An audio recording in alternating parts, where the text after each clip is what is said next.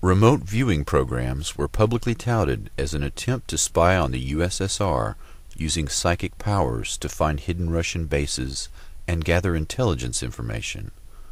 The military intelligence personalities involved in remote viewing have ties to development programs for microwave and radio frequency radiation weapons that are designed to influence the central nervous system, referred to collectively as psychotronics.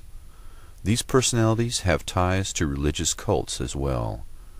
Remote viewing began with Operation Scanate and Operation Grillflame, run by the NSA and INSCOM at Fort Meade under such personalities as Thomas Bearden, Albert Stubblebine, Ingo Swann, Ed Dames, Harold Putoff, Russell Targ, Paul Smith, and others. Operation Scanate leader Thomas Bearden went on to lead the American Psychotronics Association. Project Grillflame leaders Ed Dames and Albert Stubblebine began Scitech Corporation, a private remote viewing company which holds the Smirnov patent for a psychotronic weapon. Remote viewers Harold Putoff and Ed Dames have counseled the traumatized victims of death cults and mass shootings such as the Jonestown mass deaths and the Columbine shootings, even though these men are not counselors, but physicists and military intelligence officers by training. Dr. Harold Putoff exemplifies the contradiction. He is a former NSA officer who developed the pulse microwave laser.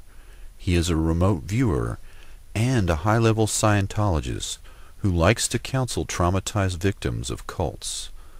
The concept of remote viewing is being used as a cover, a psychological warfare operation, in order to screen the development of psychotronic weapons and conduct MKUltra operations. The same people involved in remote viewing programs for the NSA and INSCOM at Fort Meade and Scitech Corporation are also closely tied to psychotronic weapons development and religious cults that use MKUltra methodology to induce multiple personality disorder.